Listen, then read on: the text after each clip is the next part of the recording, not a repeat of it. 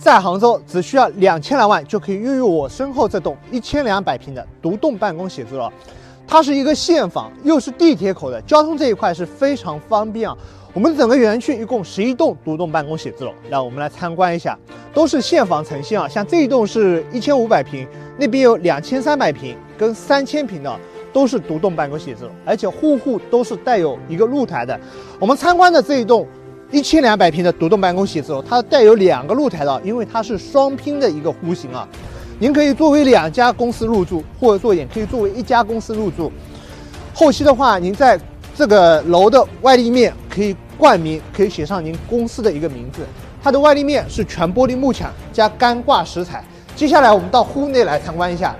进来以后，这边就是我们1楼的一个入户大堂的一个位置，面积不大，但是也是做了一个精装的呈现。那边是有一个电梯厅的一个位置。然后我们到1楼再来感受一下整体的一个空间感。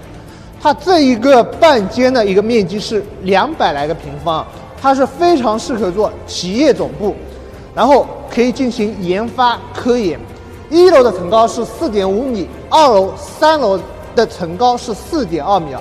这一栋的总层高是3层啊，那这样一个面积1200平的独栋办公写字楼，非常适合做企业总部，带露台，又是地铁口，总价只需要2000来万，您喜欢吗？再见。